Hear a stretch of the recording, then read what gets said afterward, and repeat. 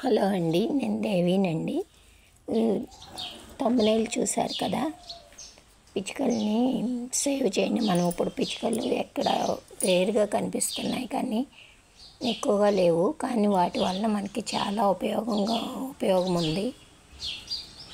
మనం ఉదయం లేవగానే ఈ బర్డ్స్ చిర్పింగ్ చాలా వినసొంపుగా ఉంటుంది, మనసు ఆహ్లాదంగా ఉంటుంది. అవి మనకి చాలా ఉపయోగపడతాయి. ఎలా అంటే వ్యవసాయంలో ముఖ్య పాత్ర పోషిస్తాయి. ఒకసారి చైనా వాళ్ళకి పిచ్చుకల మీద కోపం వచ్చింది.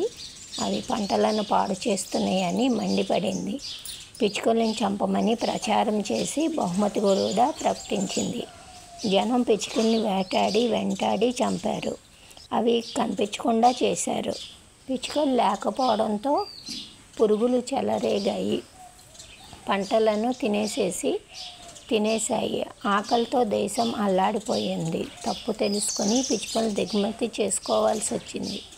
మన చుట్టూ ఉండే మూగజీవాల విలువ మన తర్వాత తరాలకు తెలియచెప్పాలి. ఈ మార్చ్ 20ది స్పారోస్ డే. మన పిచ్చుక జాతిని అంతరించిపోకుండా చూడండి.